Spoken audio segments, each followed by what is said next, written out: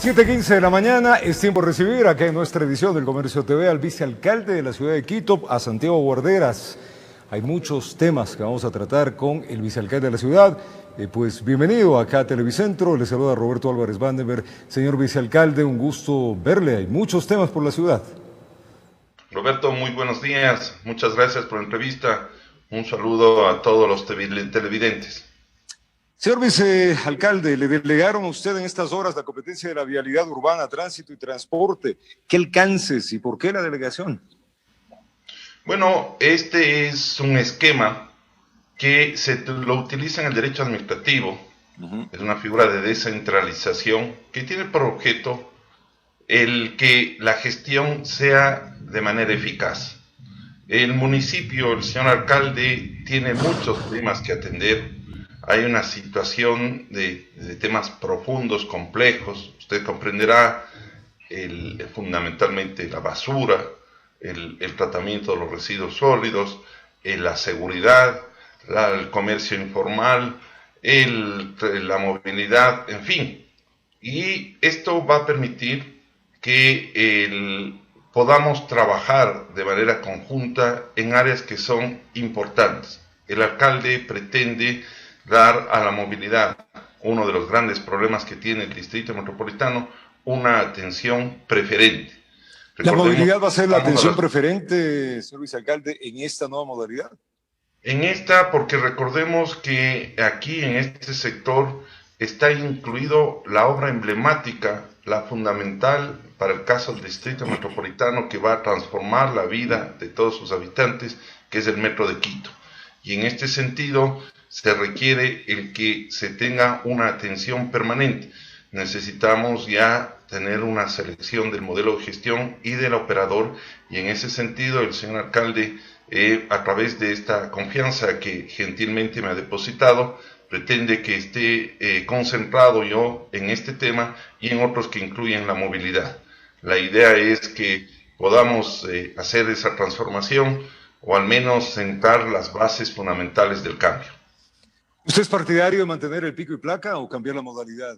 Ahora que yo soy partidario de que los temas se tienen que resolver técnicamente en función de los informes de las estadísticas. Estos temas nunca pueden tomar aspectos políticos, sino objetivos. Justamente el día de hoy ya voy a tener una reunión con las autoridades de movilidad. Recordemos que recién el día lunes el señor alcalde ha emitido esta resolución y por consiguiente tengo que tener un análisis, un conocimiento profundo y luego se tomarán las decisiones.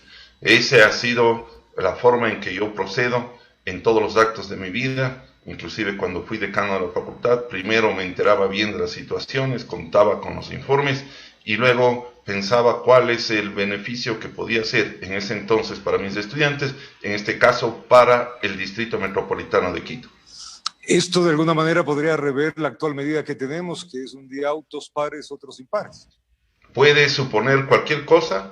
Lo que yo creo es que se tiene que pensar en la ciudadanía, en cuáles son las mejores decisiones que se tienen que tomar. Y vuelvo a repetir, lo más objetivo o lo objetivo y además técnico. Tiene que tener una decisión, tiene que tener sustento técnico.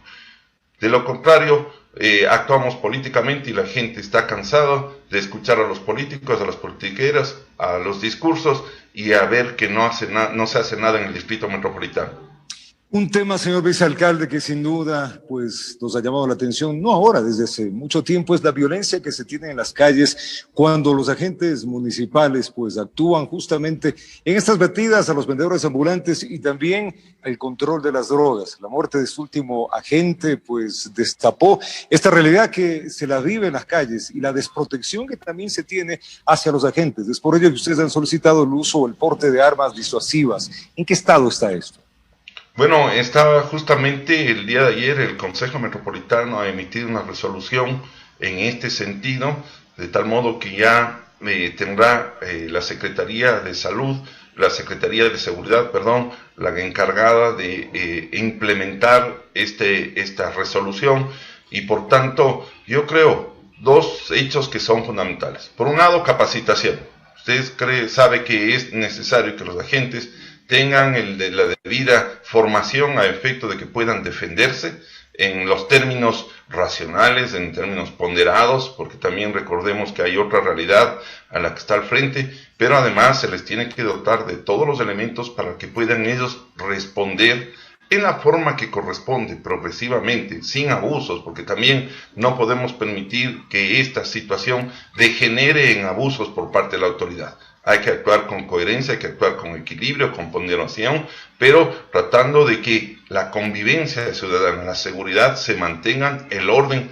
Tenemos que tener una ciudad con orden, organizada, y en la cual se tienen que encontrar soluciones que beneficien a unos y a otros, pero tampoco podemos permitir que de algún modo se quiera atentar contra el orden, se quiera atentar contra aquellas personas que cumplen con un deber de justamente garantizar la seguridad y convivencia ciudadana. He detectado el orden de control, en este caso las autoridades de control que tiene el municipio sobre estas bandas organizadas supuestamente que son vendedores ambulantes y que a la hora del test son delincuentes. Y eso les tiene a la ciudadanía realmente alarmados. ¿Ustedes qué han detectado? ¿Cuál va a ser el accionar? Porque hay muchos sitios de la población donde ya han salido a dar cacerolazos. El último fue la República de El Salvador, donde pues estamos hablando del hipercentro de Quito, donde es una zona espectacular, pero que ahora está llena de incertidumbre. Sí, se está haciendo un trabajo de inteligencia. Esto es fundamental para poder, a través de las distintas técnicas que están utilizando, poder de identificar los grupos, porque como usted muy bien señala, se aparecen bajo la figura de ventas ambulantes o de trabajadores informales, pero lo que está por detrás son delincuentes. Y en ese sentido hay que hacer un trabajo de inteligencia y además un trabajo preventivo, porque no hay que llegar a que se den los hechos a reaccionar exclusivamente, sino prevenir todo este tipo de situaciones. Y para ello se ha destinado un cuerpo importante, siguiendo un plan de seguridad que lo va implementando la Secretaría, de tal modo que las actividades que se cumplan en este orden estén coordinadas y que tengan resultados.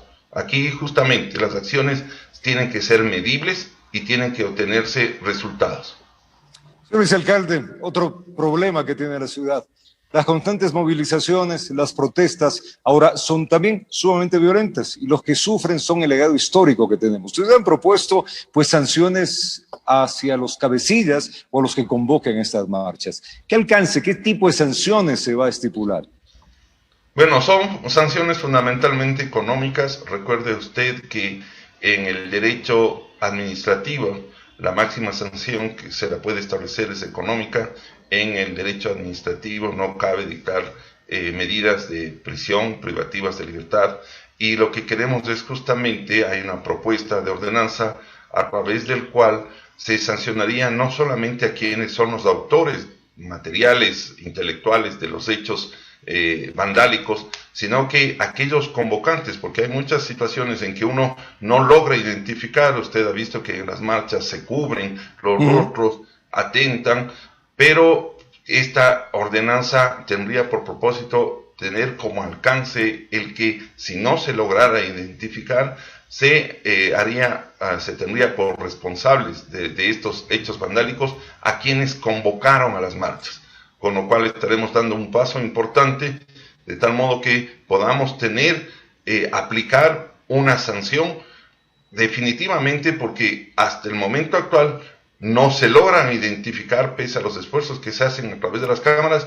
y por tanto tenemos que sancionar a quienes por lo menos convocan, a quienes incitan a esta situación, y en ese sentido se está trabajando en una ordenanza que prevea este tipo de infracción.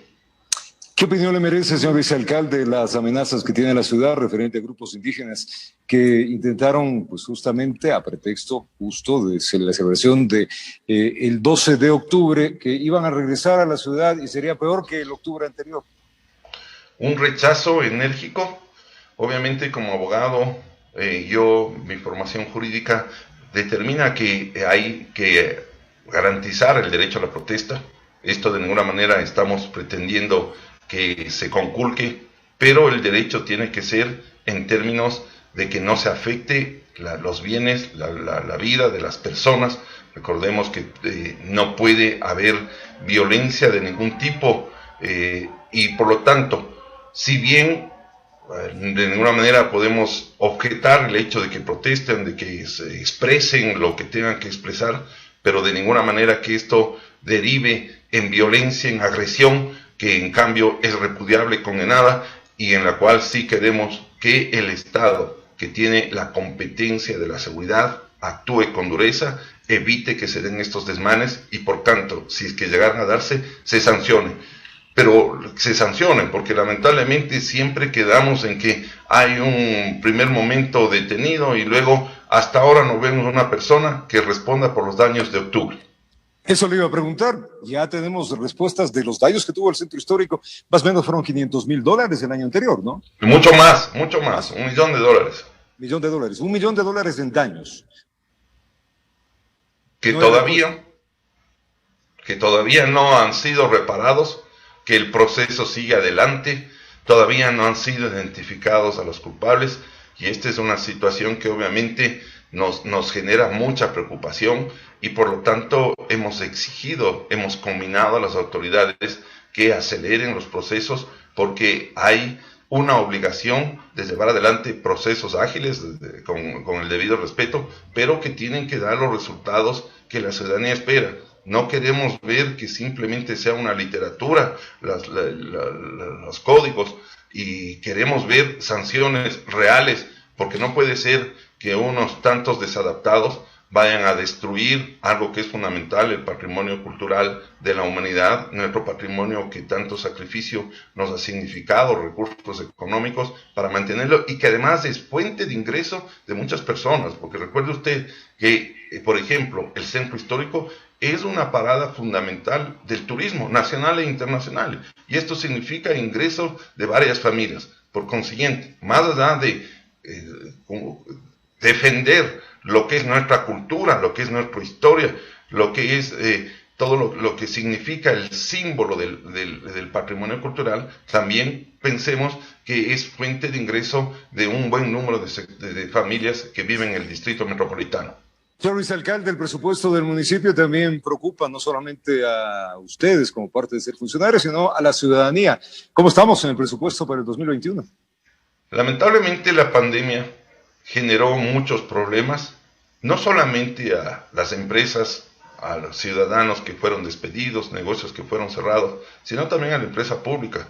Recordemos que hay muchos ciudadanos que todavía no han cumplido con sus obligaciones, pero además el Estado no ha entregado los recursos que son del municipio, que no pudieron haber sido retenidos porque ni siquiera son del Estado. En ese sentido se está haciendo gestiones, se han presentado acciones constitucionales a efecto de que el gobierno cumpla con su deber de transferir los ingresos por impuestos que son de propiedad del municipio. Indudablemente hay una afectación al presupuesto que genera el que muchos de los proyectos que se tenía pensado realizar en el año 2020 no se las pueda cumplir. Estamos, fíjese usted, en problemas del metro, que se han generado gastos, entre ellos que se puede llamar de fuerza mayor, que gastos que se han generado como consecuencia de paralización, y otros que se han ido generando en el desarrollo de la obra y que tiene que ser cumplida por parte del municipio. Necesitamos esos recursos para atender los servicios, las necesidades, muchos problemas en vialidad. Usted ha visto que hay mucha ciudadanía que se queja con el tema de las vías, que la ciudadanía se queja con la seguridad.